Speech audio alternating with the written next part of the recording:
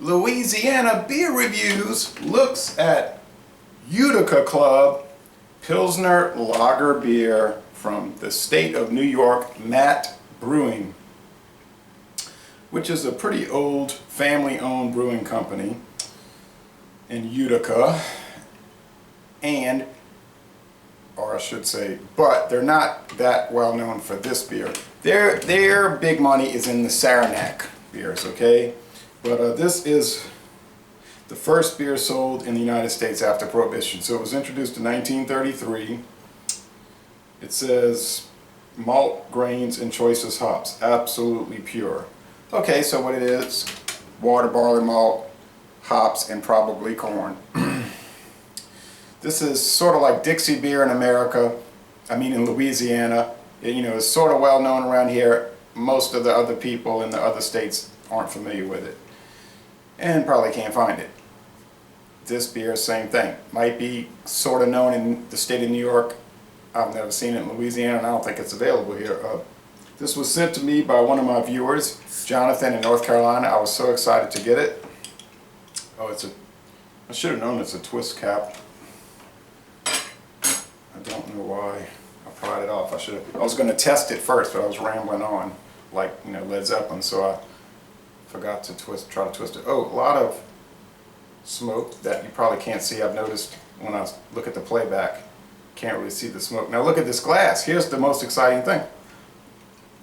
Not only did he send me the beer, he sent me this Utica Club fluted glass. I mean, look at this. I have, like I said, I have the best fans. He sent me the Gala Gale from Highland Brewing, this Utica Club glass, and the beer. So I mean, I got back from the road trip. I saw this. I was like, oh yeah.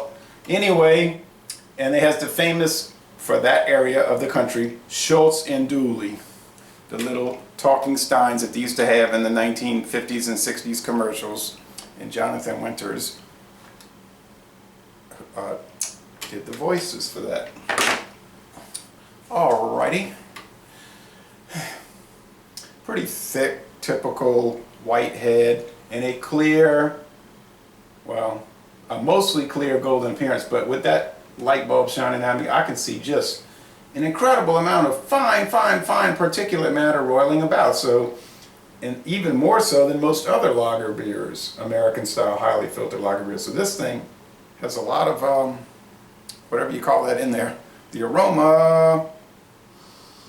Now maybe I saw 6-packs of this on the road trip, but I wasn't looking for it, and I couldn't buy too many 6-packs, but I've never seen it in this state. The aroma is, I would say, very similar to Genesee, which is like semi-sour, a little bit pungent, grain-oriented, obviously, because it's made from grains. Smell the flavor. In this 5% alcohol beer.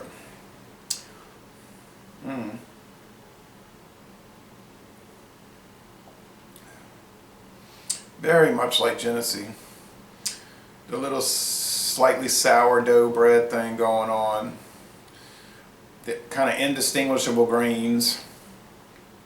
Not that different from Busch beer. But it has a little heavier body than Busch.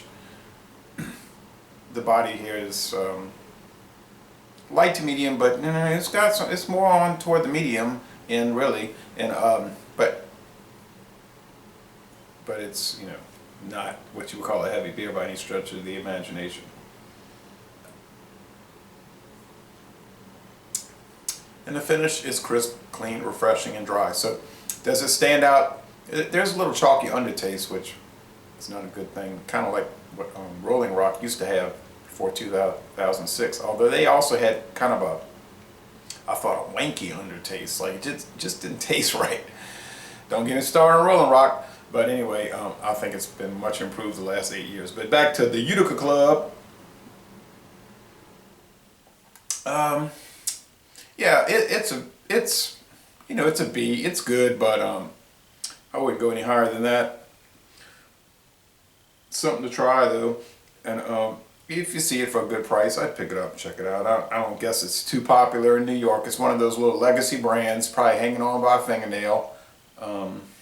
There are hardly any video reviews for it. Chad did one with Jay, and then he did one alone, and they said, you know, it was all right. But the glass is great. The history of it is, you know, interesting, and it's, like I say, a regional beer like Dixie or Grain Belt or Olympia, something like that. Looking at some artifacts, or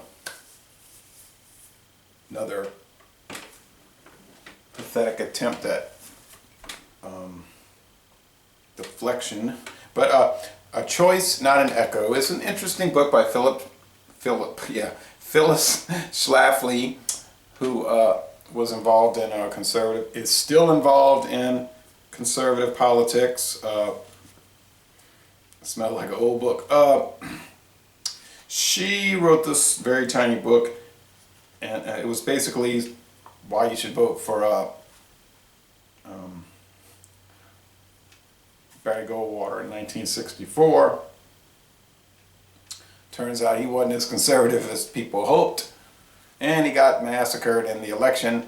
And like she was pointing out, the whole Republican establishment in New York was basically conspiring against Goldwater. They'd rather Johnson win than Goldwater. So that lets you know what the Republican Party is all about. They don't really want conservatives. All right, but anyway, that's another topic.